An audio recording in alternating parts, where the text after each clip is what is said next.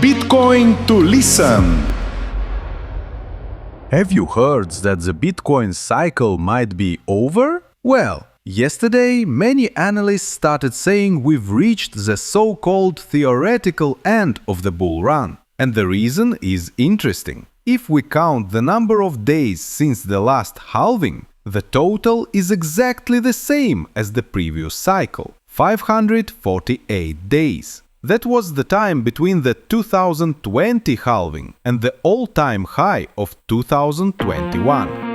But now Bitcoin is falling again. After climbing close to $112,000, the price dropped overnight, reaching $107,000, and right now it's around $108,000. It's yet another twist in this emotional month, and for many investors, a warning sign. But has the bull cycle really ended? Or is the market just testing its limits before the next move? And what about this so-called theoretical end of the bull run? Is it actually happening? After all, as we mentioned, yesterday Bitcoin completed those 548 days since the last halving, and today it's falling, just like what happened between the 2020 halving and the 2021 peak. Still, that doesn't necessarily mean history is repeating itself. Time alone doesn't define the market, investor behavior does. And if we look at the bigger picture, these cycles have been getting longer. 372 days in the first cycle, 528 in the second, and 548 in the third. In other words, each cycle is lasting longer as the market matures. If that pattern continues, this current cycle could still be far from over. Data also supports that view. No technical indicator is clearly signaling a top, but fear has returned, especially since Bitcoin briefly lost support at $108,000 and is now trying to stabilize. Charts show strong resistance around $112,000, and if the price drops firmly below $107,000, it could open space for a deeper correction. Another key point is the relationship between liquidations and price incentives. If Bitcoin drops 15%, about $7.5 billion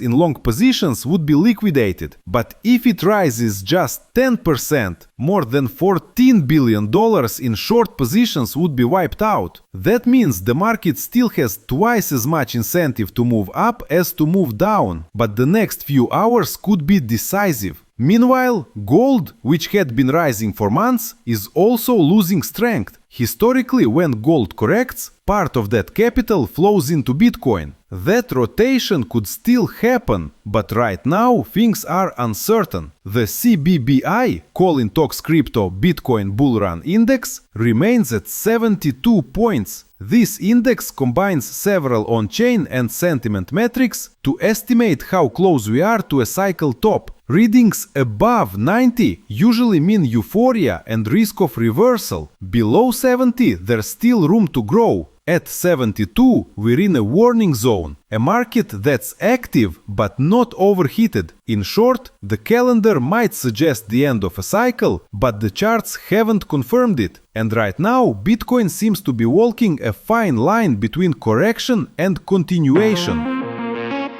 No one's a fortune teller, but those who follow the data closely understand that the market is alive, and it's constantly testing the psychology of anyone who tries to predict its next step. Because the market doesn't reward panic, it rewards patience, understanding, and strategy. Bitcoin to listen. This was Bitcoin to listen. Clean information, no hype, for those who want to understand the market without staring at a screen.